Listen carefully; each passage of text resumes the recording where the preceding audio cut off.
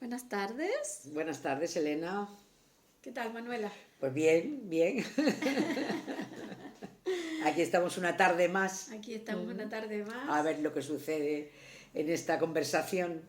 ¿Estás curiosa? Que cada conversación no sabemos cómo va. Solo sé de lo que vamos a hablar porque es el mismo título que el programa de radio, pero lo que va a suceder en la conversación no tengo ni idea.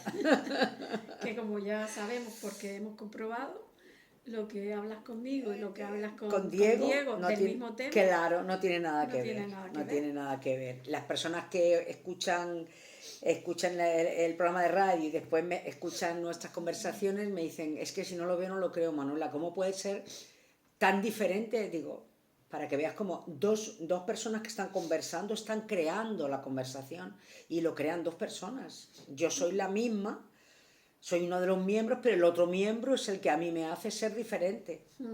Digo, o sea, para que veas cómo qué maravilloso es Pero ahora cayendo, Manuela, sí, disculpa que te sí, interrumpa, sí, incluso creo que si volvieras a tener la misma conversación con Diego, sí, sois dos personas diferentes porque el momento es diferente, otro claro, día, y claro. también saldría otra Es conversación. que cada conversación es un hecho creativo que tiene lugar entre dos personas que están desplegando la creatividad, porque no están hablando de nada de memoria, sino están elaborando mensajes, creando mensajes por primera vez y devolviendo mensajes, ¿no? Entonces, si queremos reproducir la conversación, nunca va a salir igual.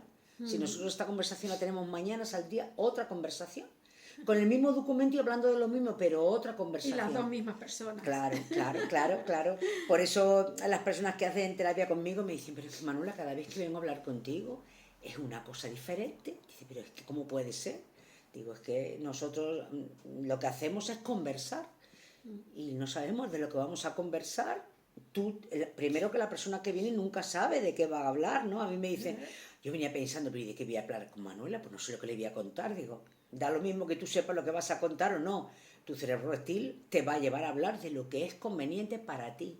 O sea, eso está más que demostrado, ¿no? Entonces, aunque tú tengas pensado hablar, que a veces me dicen, pero yo no venía para hablar de esto, Manuela, yo venía con la idea de que yo quería hablar. Digo, ya, desde el mundo del pensamiento tú puedes traer muchas cosas elaboradas, pero el cerebro reptil siempre te va a llevar a hacer lo que te conviene, no lo que has pensado que es Que es conveniente. conveniente. Que eso es otra parte del cerebro humano, ¿no? Que a su vez tiene tres, que no es el que lleva la acción, que es el que está creando, ¿no? El que está creando es el cerebro reptil. Está creando porque está activado. ¿Por qué está activado? Porque está entrando en ese estado. Nosotros en la conversación siempre estamos en estado de secuestro emocional, porque hay un nivel de miedo que nos tiene atentas. No sabemos lo que va a pasar, entonces si nosotros ya sabemos lo que va a No estamos pasar, relajadas del todo. no, claro, Hay no. una parte No, porque hay una parte que creativa que es ponerme atención a lo que yo digo para tú poder intervenir y yo poner atención a lo que tú dices para poder intervenir. Entonces, en las conversaciones hay un nivel de atención porque estamos en estado de secuestro emocional. Si no, no se podría dar, ¿no? Por eso hay muchas personas que no tienen hábito de conversar y que cuando empiezan a conversar conmigo me dicen, Manuela, yo nunca he tenido conversaciones así con nadie. Y digo, es que hay muchas personas que no han tenido esas oportunidades en su vida, que han hablado más de la memoria. Uno ha hablado de lo que tiene en la memoria, de esto es así, del otro es asado, y el otro pues contesta lo que tiene en la memoria. o incluso me dijo alguien hace poco, bueno, no tampoco, pero me vino ahora justo a la mente de que no conversaba porque había tenido malas experiencias. Entonces mejor callado. Mejor callado. Y, desde joven, ¿no? Claro. Entonces no tenía estímulo, no tenía curiosidad por conversar Por con conversar nadie. con nadie, claro. Y si alguna persona abría algún canal de comunicación, él lanzaba un estímulo, él no abría el canal. Pues una respuesta siempre por supervivencia y siempre conveniente para esa persona, porque si no, yo no lo hubiera hecho. Lo que pasa es que muchas veces eso que el cerebro elabora como conveniencia, Después viene el cerebro mamífero a decirle que eso está muy mal, eso está fatal, porque tú tienes que comunicarte. Y ahora empiezas a exigirte algo que en tu cerebro reptil no está porque no es conveniente para ti ahora. A lo mejor es conveniente para ti más adelante, cuando tengas una experiencia buena con alguien, pero ahora con la estructura que tienes no es conveniente para ti, porque si no el cerebro te mandaría. Por eso dicen, no puede ser que nada de lo que no sucede sea bueno, porque si fuera bueno ya había sucedido. ¿Eh? Porque la vida está tan bien hecha de cuando nosotros imaginamos, claro, es que lo que tendría que haber pasado, es que esto igual que lo otro. Mira, si eso hubiera sido bueno para ti, ya habría sucedido. Porque la vida está muy bien hecha para que suceda en cada momento lo que te conviene, no lo que a ti te gustaría, que a veces es opuesto, aunque nos parezca mentira. Como por que eso, todo está delicadamente tejido, armado, ¿no? Exactamente, claro, en nuestro universo interno. Sí, igual, está todo muy bien armado, ¿no? ¿Cuántas veces hemos dicho, ya, qué me hubiera gustado decir? Pero no lo has dicho. Entonces, lo que tú has dicho ha sido lo que convenía y lo que te hubiera gustado decir es lo que tú... Claro, pero la lectura que se hizo siempre era que si te quedabas callado eras cobarde. Claro. Mira, me quedé callado, tenía que haber dicho que tal. Claro. Y al contrario, si hablabas, porque habías hablado demasiado, porque mejor me quedar callado, claro, que cual. Claro, siempre nunca estar conforme con lo que sucedió. Siempre en conflicto con lo que sucedió. Exacto. ¿Quién está en conflicto con lo que sucedió? El cerebro mamífero. ¿Por qué está en conflicto con lo que sucedió? Porque se encontró con dos cerebros cuando nació que estaban en conflicto. Y entonces él aprendió igual, aprendió lo mismo. Por eso nosotros, ¿qué tenemos que aprender? Si llueve, o como era el dicho, ni contigo ni sin ti tienen mis males remedios. Contigo, ¿por qué me matas? Sin ti, porque yo me muero. Claro, así es, ¿no? Si dije, porque dije, si no dije, porque no dije, ¿no? Pero eso es una forma de percibir lo que sucede aprendida, transmitida. Ningún niño viene con eso de fábrica porque eso no va por el ADN. Eso va por el modelo que introyecta el niño desde que nace para poderse desarrollar como un ser humano, recordando que el ser humano cuando nace es un ser humano en potencia. De momento es una cría, como cualquier cría de cualquier mamífero. Y cualquier cría de cualquier mamífero tampoco es un... El león no tiene un león cuando tiene una cría de león. Se convertirá en león si tiene un modelo, si tiene una manada que le da todo lo que necesita para convertirse en león. Si no, no se va a convertir en león. No, como cría va a morir. No se puede convertir en león. Pues el ser humano es lo mismo. Es lo mismo. Nosotros nacemos como seres humanos en potencia. De momento somos una cría de la especie humana. Y luego va a depender. De hecho, han habido casos, ¿no? De niños en la selva. Claro, que han estado entre animales y han introyectado en su cerebro mamífero lo mismo que tienen los animales con los que se ha encontrado. Por supuesto, no se ponen de pie, porque ponerte de pie, si tú no lo ves, eso en el ADN no viene. Yo siempre lo explico. Ahora, gatear, vas a gatear aunque tú no veas a nadie gateando. Y si hay niños que no gatean, que es verdad, no gatean porque hay unas condiciones que no favorecen el gateo. Por ejemplo, si es un niño que a los 7, 8 meses cuando empieza hace mucho frío y no está nunca en el suelo, pues no puede gatear, lógicamente. No se le dan las circunstancias para que pueda gatear. Entonces luego ya resulta que en agosto, que ya está el tiempo bueno, o en julio, pues entonces ya le ponen de pie en el parque para que se agarre. Entonces el niño empieza a desarrollar estar de pie porque ve a los otros que están de pie. Pero el gateo es algo que viene en el ADN como primer impulso al desplazamiento y separación de la madre.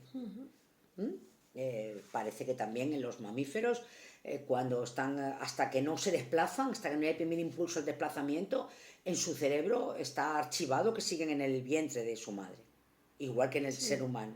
Es cuando empieza el desplazamiento, que por supuesto lo hace mucho antes que nosotros.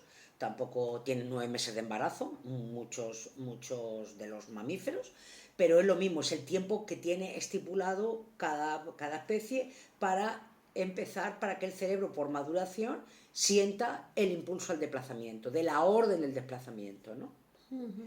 Así que bueno, esto es muy importante, ¿no? ¿Y hoy de qué venía a hablar? Pues hoy venía a hablar de que siempre se habla mucho de los milagros, ¿no? Y que es que hay cosas que son milagrosas, es que hay personas que han vivido milagros. Y yo decía, bueno, ¿son los milagros? Yo es que no me creo que pueda haber un milagro. Pero había gente que me contaba cosas que yo decía, pues no sé. Hasta que me di cuenta que el auténtico milagro es que una percepción se transforme. Ese es el auténtico milagro, porque todo lo que viene después, que nosotros vemos como un milagro, es porque se ha producido ese, que es el que ha dado lugar a todo lo demás. Entonces, cuando nos quedamos con la segunda parte, decimos que el milagro ha sido la segunda parte, ¿no? Cuando nosotros decimos... Como que el milagro es exterior, claro, no, como depende, decimos, no claro, ha dependido de mí. no ha dependido, sino que, claro, es que fue como un milagro, Manuela, fue como un milagro que alguien me dijo.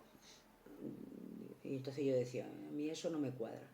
Entonces, hasta que me doy cuenta que es verdad que los milagros pueden suceder, pero cualquier milagro que yo vea en el exterior es producto de que se ha producido un milagro dentro de mí, que es la transformación de la percepción. Eso es un milagro porque no tiene que ver conmigo, porque no puedo yo ni adelantarlo, ni retrasarlo, ni inyectarlo, ni comprarlo, ni venderlo. Eso es algo que se da dentro de mí por la propia condición humana. Y eso es a lo que le podemos llamar milagro. Entonces, el verdadero milagro para mí es cuando algo que me ha parecido siempre terrorífico, un día lo veo y digo, pero ni tan mal. Pero si esto resulta que entonces me cambia esto, me cambia lo otro. Entonces, Dios mío, ¿cómo es posible que yo haya sido capaz de poder verlo así ahora? Digo, no, yo no he sido capaz. Yo no he sido capaz. Mi cerebro reptiliano tiene la posibilidad de transformar una percepción. ¿Y por qué lo hace? ¿Cuándo lo hace? ¿Cuándo conviene? Yo siempre que me pregunto a mi propio cerebro reptil, ¿pero por qué? ¿Por qué ahora?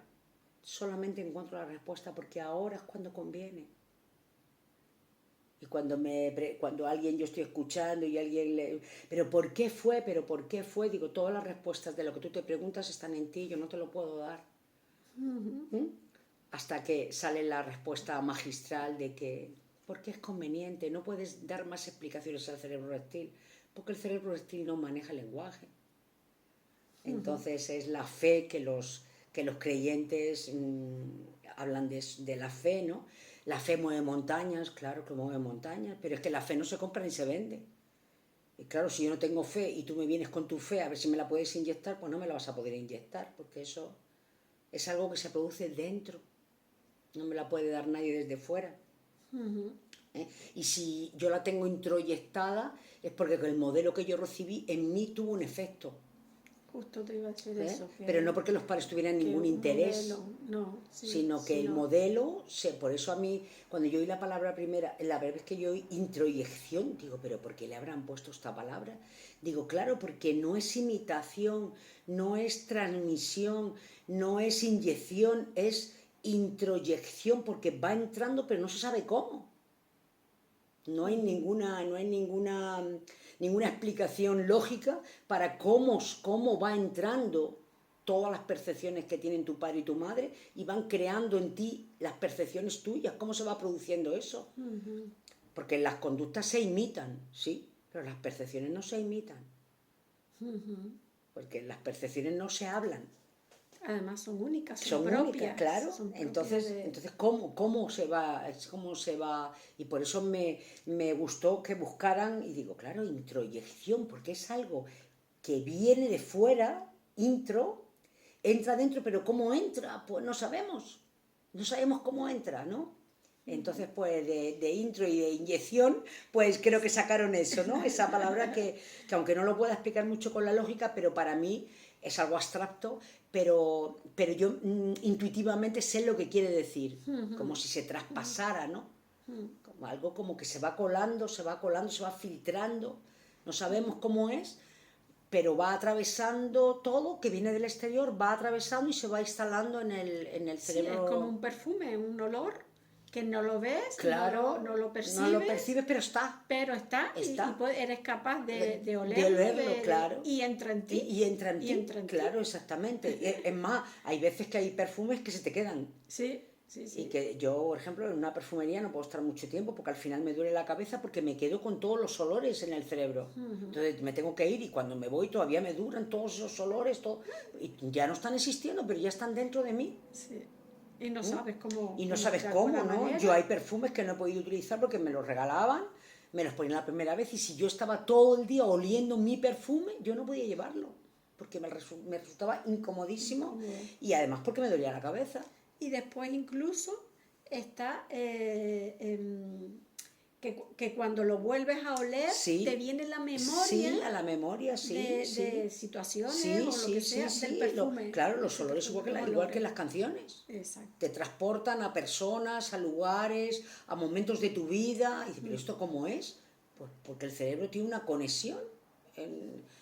Lo tiene conectado el olor o la música con alguna realidad, con algún momento. Sí, hacen las conexiones y quedan en la memoria. Claro. Quedan Sí. en la memoria. A mí me ha pasado oler un perfume y venirme una persona y decir, es que esta persona utilizaba este perfume. Sí. Y no me acuerdo de qué marca es, pero le digo, mira, hueles igual que una persona que yo conocí cuando era joven. Y dice, digo, ¿y cómo se llama el perfume? Me lo dice y digo, pues yo no sé que se llamaba el perfume así. Exacto. Pero no tengo duda de que este perfume lo llevaba esta persona, ¿no? Porque lo he visto claro, ¿no? Entonces esto es la maravilla. Entonces, ¿por qué quería yo hablar de que el milagro se produce cuando tiene lugar la transformación de la percepción? Porque cuando nosotros entramos en secuestro emocional, generamos una serie de químicos que las respuestas que nos vienen del mundo animal, de los propios instintos, es la huida o el ataque. Hasta ahí son conductas animales y todos las reconocemos como tales. Pero entonces, ¿en qué radica la humanidad? ¿Por qué un animal solo conoce la huida y el ataque y el humano qué conoce además? Pues conoce además la creatividad infinita para poder transformar la percepción, que no lo conoce ningún animal. Entonces, entrar en estado de secuestro emocional es un estado maravilloso para darnos cuenta de que si nos sale huir o atacar, nos hemos quedado en el plano animal, simplemente. Pero también podemos empezar a activar, porque ya lo conocemos, y no será que, y no podrá ser que, y entonces ya estoy saliendo de la huida o el ataque. Estoy entrando en el plano del amor, que es el de, yo me he quedado muy frustrada, y digo, ¿y no será que yo tengo la necesidad de que esto no suceda? ¿Pero cómo voy a tener yo la necesidad si ya ha sucedido? ¿Y no será que esta persona a mí me ha percibido como...? Y entonces empiezo a moverme en las posibilidades, que es producto de la creatividad, y empiezo a desarrollar mi humanidad. Y me empiezo a convertir en ese ser humano que nací en potencia y que seguiré convirtiéndome en un verdadero ser humano sin acabar a lo largo de toda mi vida. ¿Y cuándo me habré convertido en lo máximo de ser humano que yo podía ser? Cuando se acabe la vida. Entonces, por supuesto, una persona, mientras más años vive, tiene más oportunidad de humanizarse. ¿Que todas las personas que tienen muchos años se han humanizado mucho? No. No es directamente proporcional. No es directamente proporcional porque muchísimas personas, cada vez que han entrado en secuestro emocional, se han quedado en la huida o el ataque. Porque el cerebro reptil suyo se ha movido ahí y no ha sido conveniente nada más. Porque para que el cerebro lleve a cabo la transformación de la percepción, lo tiene que considerar conveniente. Y para que yo me dé cuenta de que eso ha sucedido, también lo tiene que considerar conveniente. Porque esta mañana... Querer leer el libro, ¿no? Claro, interno. Exactamente. También tiene que mandar una orden y eso lo tiene que hacer mi cerebro reptil, ¿no? Entonces, yo estaba hablando con una persona y le estaba diciendo, yo me preguntaba si ¿por qué? Yo decía, pero ¿por qué los niños del tercer mundo a muy temprana edad transforman la necesidad de comer en posibilidad. ¿Y por qué en el primer mundo hay muchos trastornos de alimentación? Porque la necesidad no se transforma. ¿Pero por qué? Y, hombre, ¿por qué? Porque el cerebro reptil del tercer mundo no es el mismo que el del primero. El reptil del tercer mundo está sobreviviendo en el tercer mundo y busca la supervivencia en el tercer mundo. Y en el primer mundo, pues busca la supervivencia en el primer mundo. Digo, claro, no puede funcionar igual. Es imposible. Entonces, claro, digo, pero ¿y entonces cuándo se da cuándo yo puedo ver en mí, cuándo yo puedo reconocer en mí que una necesidad por falta de cobertura se convirtió en posibilidad y cambió la percepción? Cuando mi cerebro me lo muestre. Porque todos hemos tenido experiencias, pero cuando a mí estoy escuchándole y me dice, mira, ¿sabes dónde yo recuerdo que yo viví eso? Y me cuenta. Dice, pero es que yo nunca me había dado cuenta de esto, Manuela. Digo, claro que nunca te habías dado cuenta, porque eso es a nivel inconsciente. Y ahora te das cuenta, porque tu cerebro te ha mandado a mirarlo para darte cuenta. ¿Y por qué te ha mandado? Porque te conviene, porque si no, no te mira. No te manda. Y entonces, como no te manda, dice, Manuela, pues yo no veo nada de esto en mi vida. Digo, pues guárdalo que algún día lo verás. Y entonces el día que menos te lo imaginas, dice, ya sé lo que decía Manuela. Y entonces me escribe y me dice, mira que ya yo sé. Yo decía, pero ¿cómo va a ser que yo no tenga ninguna? Porque a mí me huele que yo tengo, pero que no recuerdo ninguna. ¿Pero cómo va a ser esto? Bueno, no lo recuerdas porque todavía tu cerebro entiende que no es conveniente que pase por tu conciencia. Porque todavía tu conciencia no está preparada y sería como ver algo que no puedes ver, ¿no? Claro, y el cerebro... Como enchufar un aparato de 120 de alto voltaje, pues se a revienta. 220, Exactamente. ¿no? Por eso yo siempre digo que el cerebro nunca te va a dejar ver más de lo que tú puedas asimilar. Por eso no hay ningún peligro. Cuando a mí me dicen, pero es que tengo miedo porque si yo veo algo, digo, mira, tu cerebro nunca te va a poner delante lo que tú no puedas entender. Porque él está protegiendo siempre nuestra supervivencia. Entonces nunca te va a poner delante más. Y por eso cuando hay personas que me dicen, Manuela, yo no reconozco esto en mi vida, digo, no importa, guárdalo. Guárdalo. Si no lo reconoces ahora en tu vida, es porque tu cerebro todavía no considera conveniente que tú lo puedas ver. O sea, no considera conveniente mostrártelo. Pero si tú confías en él te lo va a presentar cuando sea conveniente para ti. Qué bueno, sí. ¿A que sí, Elena? Sí, tiene todo el sentido. Tiene todo el sentido, ¿no? De hecho, yo lo he ido viendo en mi vida. Tú lo has ido viendo, ¿no? Lo he ido viendo cuando se me han ido presentando las situaciones. Claro. Que primero no entendía nada, después era... esto sí, que esto me está pasando y tengo que buscar, yo tengo que...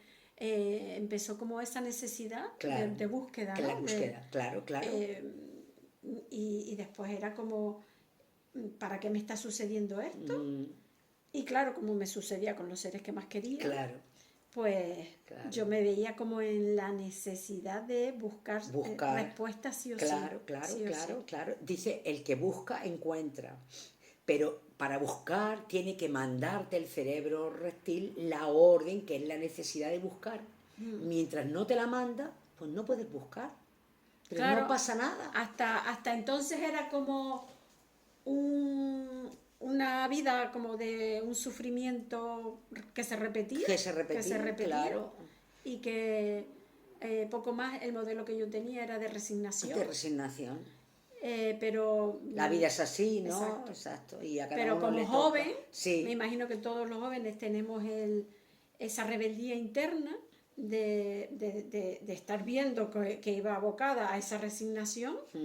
Y yo por lo menos decía, yo no me quiero resignar a esto. Esto no puede ser la vida. Algo dentro me lo decía. Claro. Y entonces ese conflicto que fue en aumento, ya cuando fui madre, pues mucho más. Entonces, sí, la verdad que ser madre fue la gran oportunidad, ¿no? De yo decir, no, yo no quiero esto para mi hijo, no quiero esto para mí como madre, no sé cómo lo voy a hacer, porque yo sabía, no sé cómo lo voy a hacer, porque los modelos que veía alrededor eran más de lo mismo. Claro, claro. Y la verdad que Mm. sí, fue frustración tras frustración. Claro. Entonces cuando empecé con el yoga, Ujú. fue como el primer vehículo de ir conociendo en profundidad mi cuerpo, mi respiración, y algo ahí empezó a moverse que me decía, las cosas pueden ser diferentes.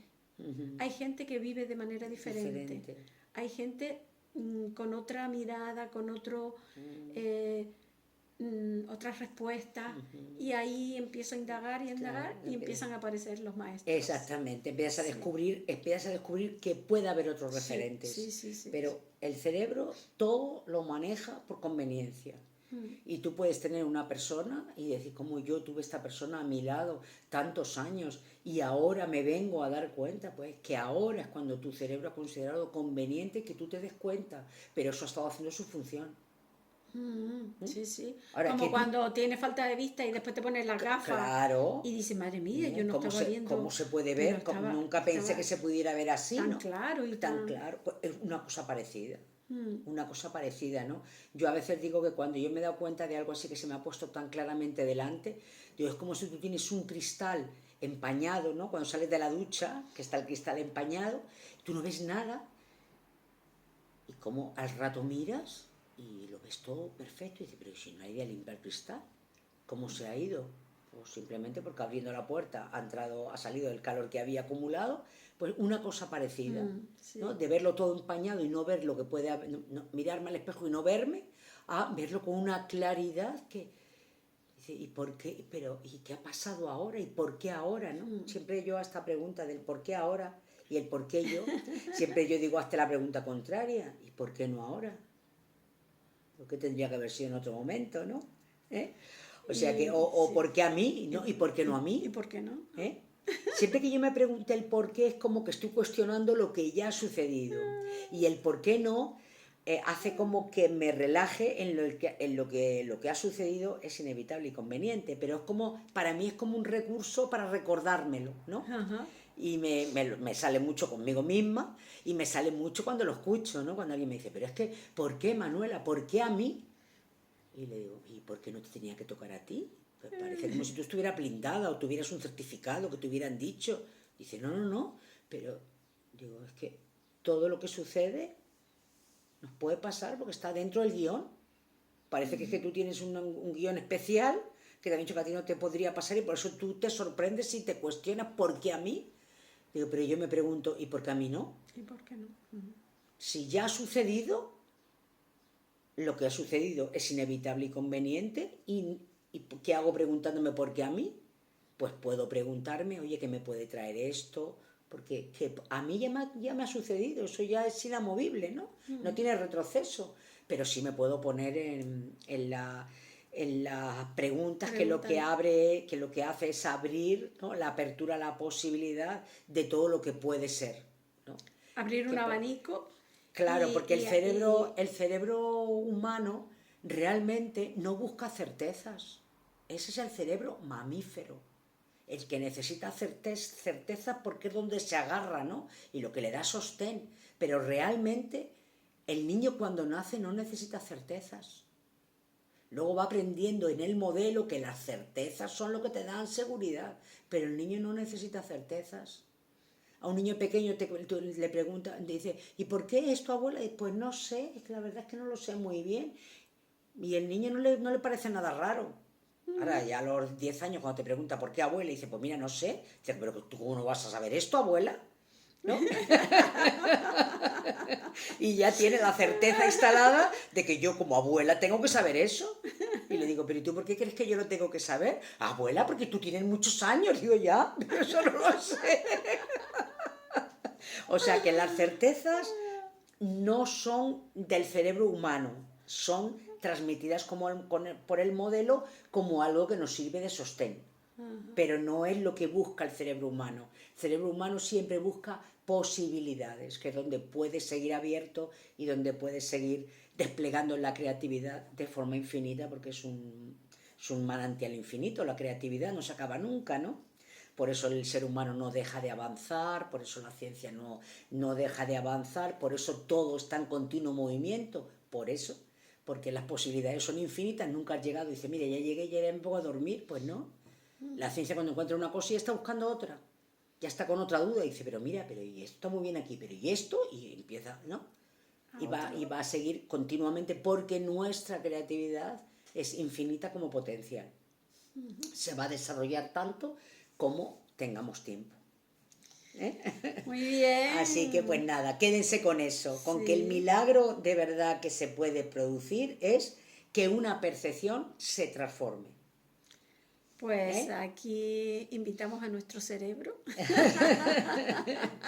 Le invitamos de la mano, le queremos mucho y le decimos, bueno, si ahora no puedes transformar esta percepción, seguro que a mí no me conviene.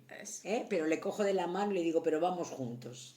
Ya llegará. Ya llegará, cuando sea conveniente, ¿no? Om Namah Shivaya. Hasta la próxima semana. Un abrazo. beso. Disfruten del carnaval.